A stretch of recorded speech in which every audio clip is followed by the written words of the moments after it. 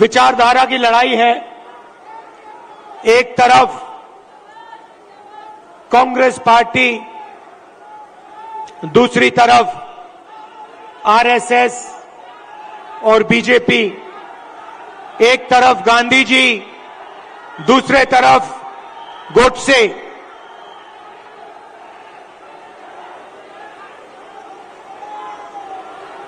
ये भैया इनको दिखाई नहीं दे रहा है। भैया प्रेस वाले थोड़े नीचे हो जाएं तो लोगों को दिखे।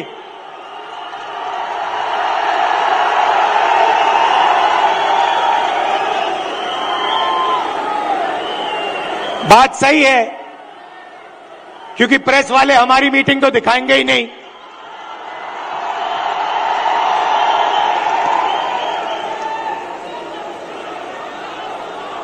तो एक तरफ गांधी जी, दूसरी तरफ गोडसे,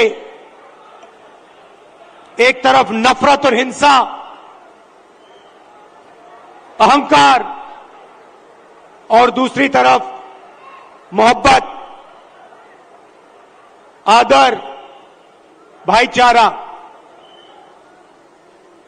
अब देखिए, जहां भी ये जाते हैं नफरत फैलाते हैं, गुस्सा पैदा करते हैं।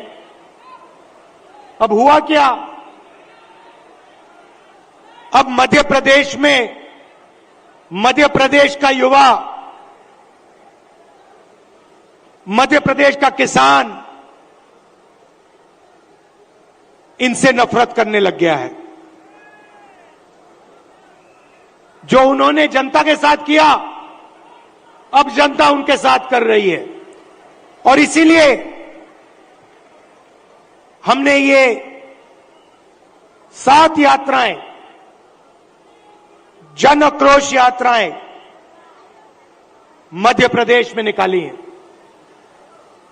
इससे पहले भारत जोड़ो यात्रा में कन्याकुमारी से हम कश्मीर तक चले और मध्य प्रदेश से पैदल निकले।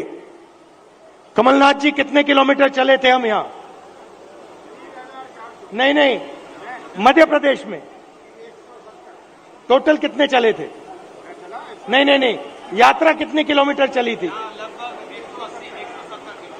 लगभग 180 किलोमीटर। हाँ, ये देखिए 370 किलोमीटर हमारी यात्रा मध्य प्रदेश में चली थी। किसानों से मिले, युवाओं से मिले, माताएं बहनों से मिले। मुझे सिर्फ 2-3 बातें कही। सबसे पहले, मध्य प्रदेश हिंदुस्तान में भ्रष्टाचार का सेंटर है, एपी सेंटर है। और जितना भ्रष्टाचार बीजेपी के लोगों ने मध्य प्रदेश में किया है, पूरे देश में ये नहीं किया है। बच्चों के फंड्स, मिड डे मील के फंड्स, स्कूल यूनिफॉर्म के फंड्स चोरी किए। महाकाल कॉरिडोर में बीजेपी ने पैसा चोरी किया। व्यापम स्कैम को आप सब जानते हो। 1 करोड़ युवाओं को इन्होंने नुकसान पहुंचाया।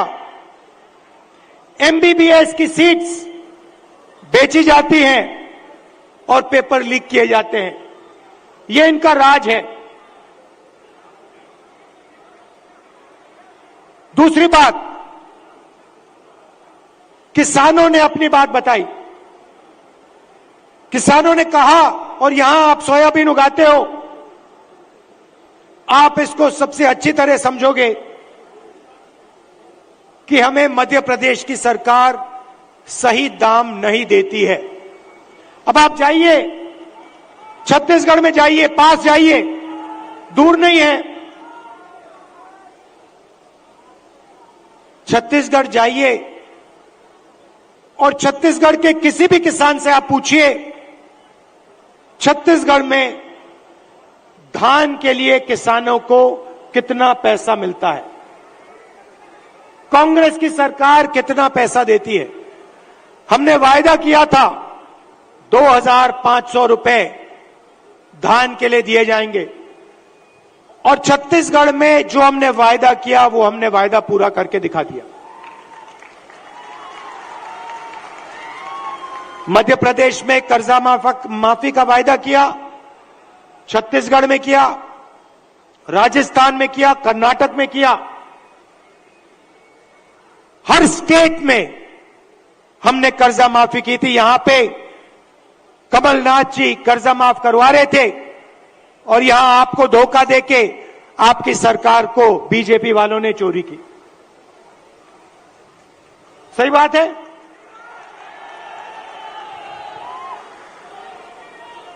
भाई और बहनों, 18,000 किसानों ने यहां पे पिछले 18 साल आत्महत्या की है।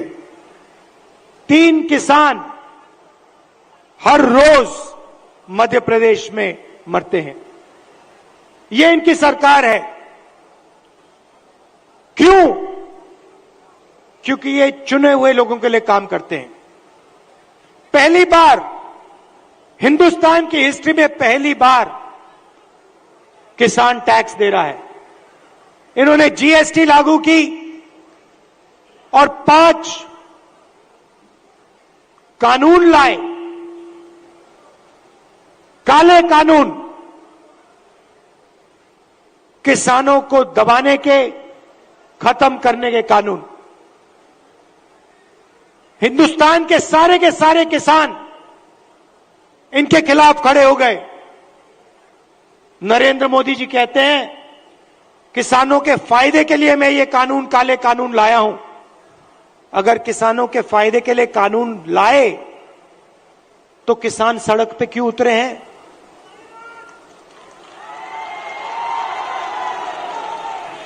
नरेंद्र मोदी जी कहना चाहते थे कि किसानों को कोई समझ नहीं है, किसान अपने हित को नहीं जानते। नरेंद्र मोदी कहना चाहते थे कि हिंदुस्तान के 2-3 अरबपति अदानी जी किसान को फायदा पहुंचाने के लिए काम करते हैं। भाइयों और बहनों, आप कर्नाटक जाइए, राजस्थान जाइए, छत्तीसगढ़ जाइए, हिमाचल जाइए, हमारी सरकारें गरीबों के लिए, कमजोर लोगों के लिए काम करती हैं। कर्नाटक में हमने 5 गारंटी दी, गरीबों के लिए, महिलाओं के लिए, किसानों के लिए। आप जाइए, कर्नाटक में जाइए, कर्नाटक की महिलाएं बस में जाने के लिए 1 रुपया नहीं देती हैं, मुफ्त में घूमती हैं। कहीं भी जाना हो कर्नाटक में, कर्नाटक की महिलाएं फ्री में जाती हैं। हर महीने उनके बैंक अकाउंट में सीधा पैसा आता है, सरकार पैसा देती है। छत्तीसगढ़ में जाइए, किसानों का कर्जा माफ किया, किसानों को सही दाम दिलवाते हैं। राजस्थान में जाइए, स्वास्थ्य के बारे में पूछिए, मुफ्त में वहां पे दवाई मिलती है। 15 लाख रुपए का वहां पे फ्री में इलाज होता है। हार्ट सर्जरी करवानी हो, बड़ी से बड़ी सर्जरी करवानी हो, राजस्थान में जाइए, पता लगाइए, राजस्थान की जनता को वहां पे फ्री में सर्जरी मिलती है। सरकार जनता के लिए चलनी चाहिए। सरकार किसी संगठन के लिए या 1-2 बड़े उद्योगपतियों के लिए नहीं चलनी चाहिए। और ऐसी ही सरकार हम यहां मध्य प्रदेश में चलाना चाहते हैं। और कमलनाथ जी का काम आपने देखा है। काम करना जानते हैं और जो उन्होंने काम शुरू किया था वो काम वो मध्य प्रदेश में पूरा करने जा रहे हैं। मैं आपसे आखिरी बात कहना चाहता हूं। पार्लियामेंट में मैंने अदानी जी की बात उठाई, भाषण दिया। जैसे ही मैंने अपना पार्लियामेंट में अदानी जी का भाषण दिया, वैसे ही बीजेपी ने मेरी लोकसभा की जो सदस्यता है उसे रद्द कर दी, खत्म कर दी। आप सोचिए, अदानी जी की रक्षा करने के लिए एकदम मेरी लोकसभा की जो सदस्यता थी उसको कैंसिल कर दिया। मुझे कोई फर्क नहीं पड़ता, करिए जितना करना है, मैं सच्चाई बोलता हूं। और देश के सामने एक सच्चाई अदानी जी हैं। पोर्ट्स देख लीजिए, एयरपोर्ट्स देख लीजिए, इंफ्रास्ट्रक्चर देख लीजिए, धान के साइलोज देख लीजिए, हर जगह आपको अदानी जी दिखाई देंगे। अदानी जी किसानों के जेब में से हर रोज जेब में से आपका पैसा लिया जाता है। इंफ्रास्ट्रक्चर में, डीजल में, पेट्रोल में, फर्टिलाइजर में आपके जेब में से पैसा निकलता है और सीधा इन दो उद्योगपतियों के जेब में जाता है। मैंने मीडिया की बात की, मैंने मजाक में कहा कि मीडिया वाले हमारी मीटिंग तो दिखाएंगे नहीं। मोदी जी का चेहरा 24 घंटा दिखेगा, शिवराज जी का चेहरा 24 घंटा दिखेगा। क्यों? क्योंकि इनका रिमोट कंट्रोल अदानी जी के हाथ में है।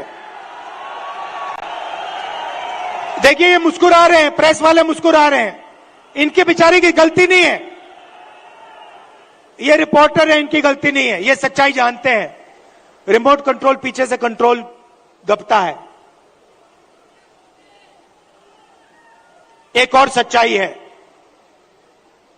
और वो सच्चाई शायद अदानी जी से भी बड़ी सच्चाई है।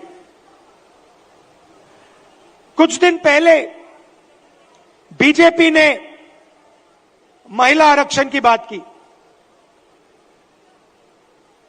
महिला आरक्षण में हमने एक सवाल उठाया, कांग्रेस पार्टी ने उठाया, बीजेपी ने कोई जवाब नहीं दिया। हमने दो चीजें कही।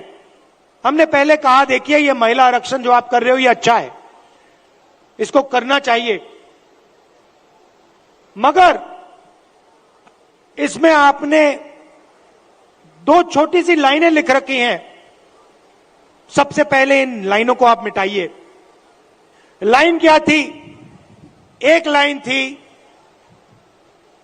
कि महिला आरक्षण से पहले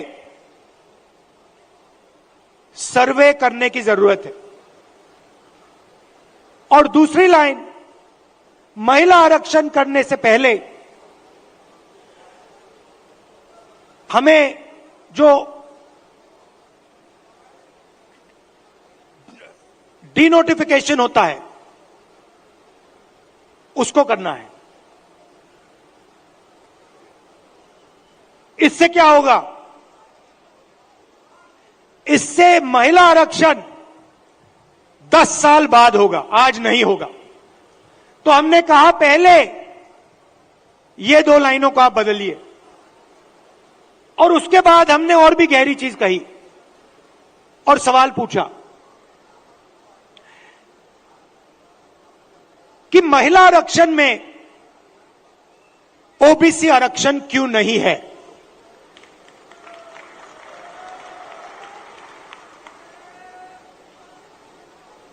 ओबीसी आरक्षण महिला आरक्षण में आपने क्यों नहीं दिया? नरेंद्र मोदी जी, आप कहते हैं कि आप ओबीसी के लिए काम करते हैं, आप ओबीसी के नेता हैं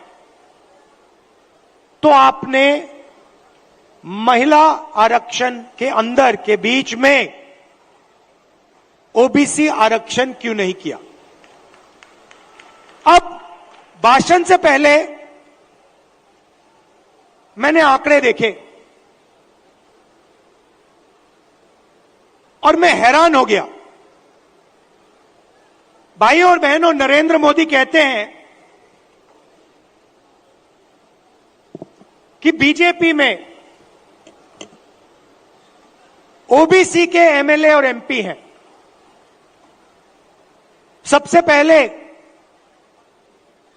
कांग्रेस के तीन चीफ मिनिस्टर ओबीसी हैं, ये याद रखिए आप। हमारी 4 सरकारें हैं, 3 हमारे ओबीसी चीफ मिनिस्टर हैं। दूसरी बात, आप पार्लियामेंट में, विधानसभा में चले जाइए और बीजेपी के किसी भी एमएलए से पूछ लीजिए, एमपी से पूछ लीजिए, आपसे कुछ पूछा जाता है क्या? जब कानून बनाए जाते हैं आपसे कुछ पूछा जाता है? आपको कहेंगे भैया हमारे से कुछ कोई नहीं पूछता। कानून आरएसएस वाले लोग बनाते हैं, कानून अफसर बनाते हैं, कानून बीजेपी के एमएलए और एमपी नहीं बनाते। सच्चाई भाइयों और बहनों एक और है। सच्चाई यह है कि हिंदुस्तान को 90 अफसर चलाते हैं। कैबिनेट सेक्रेटरी और secretary of government of India Hindustan की सरकार को चलाते हैं। 90 लोग ये कानून बनाते हैं, ये निर्णय लेते हैं पैसा किधर जाएगा, कितना पैसा कहां जाता है। अब मैं आपसे सवाल पूछना चाहता हूं, बीजेपी के 10 साल से सरकार है, 90 अफसर सेक्रेटरी हिंदुस्तान को चलाते हैं। मैं हिंदुस्तान के सब ओबीसी से पूछना चाहता हूं, नरेंद्र मोदी जी कहते हैं आपकी भागीदारी है हिंदुस्तान की सरकार में, मध्य प्रदेश की सरकार में। आप मुझे बता दो, इन 90 अफसरों में से ओबीसी कितने हैं?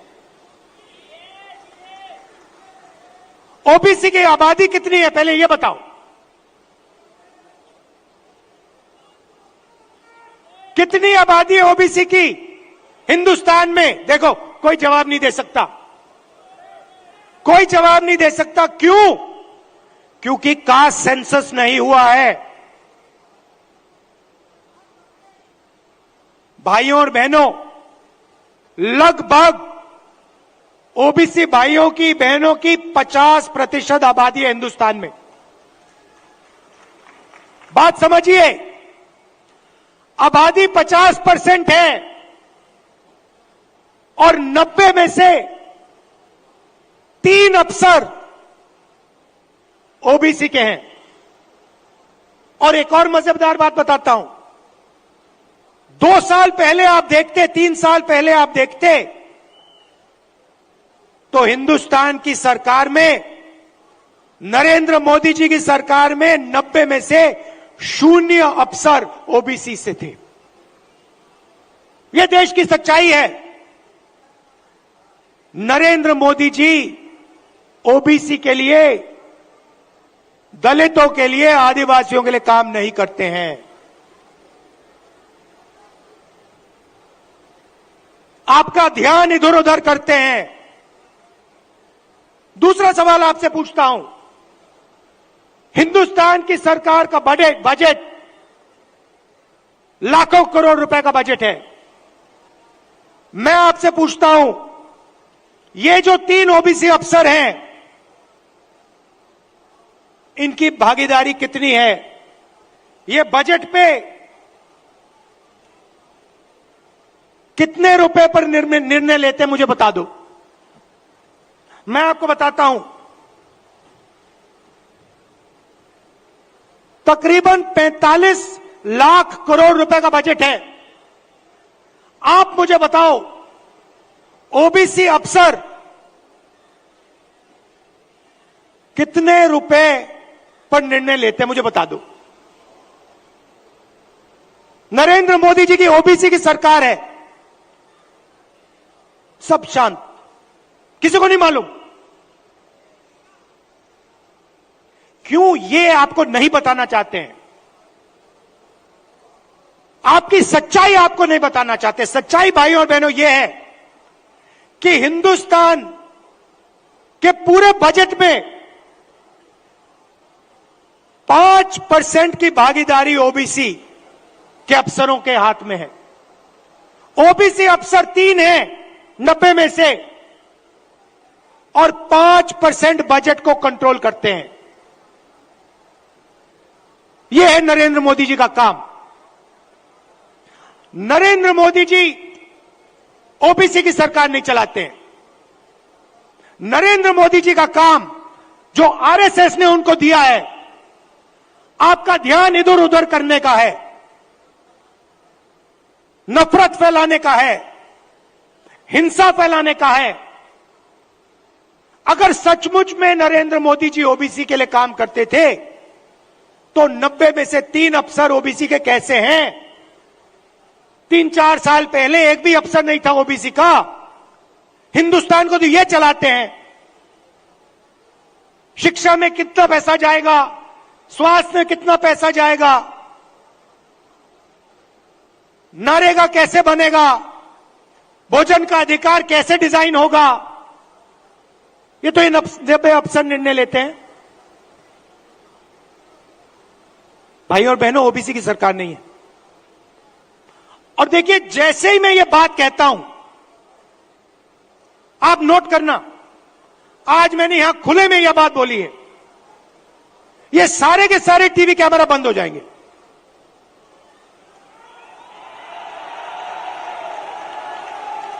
आप देख लेना, ये सारे के सारे बंद हो जाएंगे।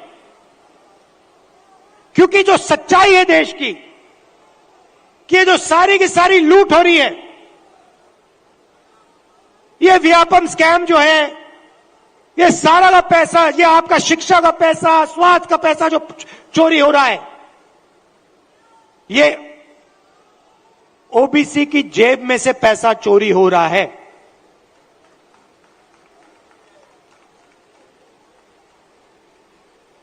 ये मैं आपसे कहना चाहता था, इसको आप मत भूलिए।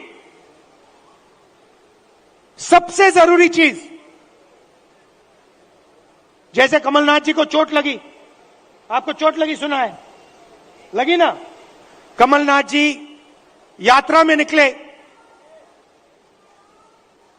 रथ के कोने पे खड़े थे, बहुत भारी भीड़ थी, धक्का लगा, घुटने में चोट लगी। कमलनाथ जी जैसे ही आप अस्पताल गए, पहला काम क्या हुआ? डॉक्टर ने पहला काम क्या किया बताइए?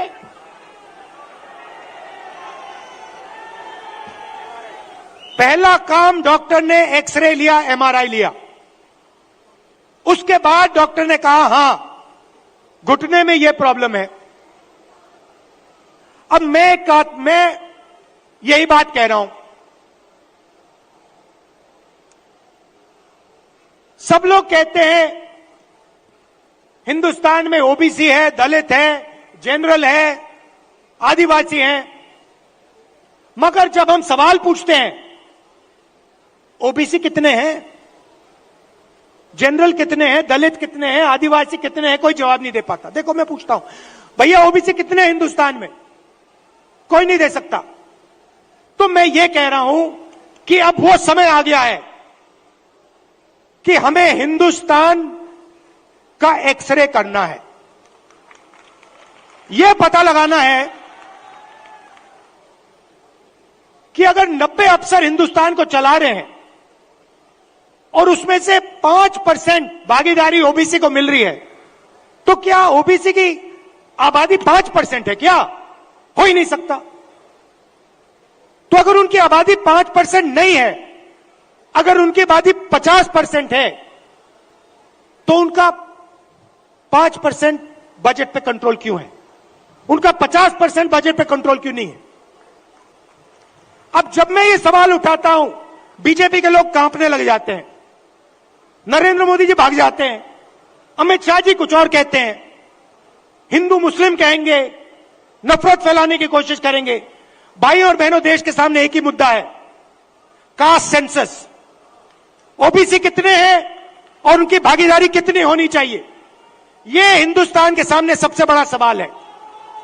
और कांग्रेस पार्टी की हिंदुस्तान में सरकार है, पहला काम यह हम करके दिखाएंगे। अब बीजेपी के पास मजे की बात सुनिए, कास्ट सेंसस कांग्रेस पार्टी ने किया, जब हमारी सरकार थी हमने किया। सारे के सारे आंकड़े नरेंद्र मोदी जी के पास हैं। हिंदुस्तान में कौन सी जात की कितनी आबादी है, हिंदुस्तान की सरकार जानती है। हिंदुस्तान में ओबीसी कितने हैं, हिंदुस्तान की सरकार जानती है। नरेंद्र मोदी हिंदुस्तान के ओबीसी को यह बताना नहीं चाहते हैं कि आप कितने हो, क्योंकि वो आपको भागीदारी नहीं देना चाहते हैं, वो आपको सच्ची शक्ति नहीं देना चाहते हैं। वो आपके लोगों को विधानसभा में बैठा देते हैं, मगर फिर उनको बिल्कुल चुप करा देते हैं। हम चाहते हैं कि सबकी भागीदारी हो, किसानों को सही दाम मिले। ये सबका हिंदुस्तान है, 2-3 उद्योगपतियों का नहीं है। इसीलिए हमारा पहला काम कास्ट सेंसस होगा, और जैसे ही हमारी सरकार आएगी हम देश को बता देंगे इस देश में कितने ओबीसी हैं, कौन से कितने जात की आबादी है। ये अगर हमें सचमुच में हिंदुस्तान की जनता को शक्ति देनी है, तो जैसे कमलनाथ जी का एक्सरे हुआ था, एमआरआई हुई थी, वैसे ही हम हिंदुस्तान का एमआरआई, हिंदुस्तान का एक्सरे करा के देंगे। आप सबका दिल से बहुत बहुत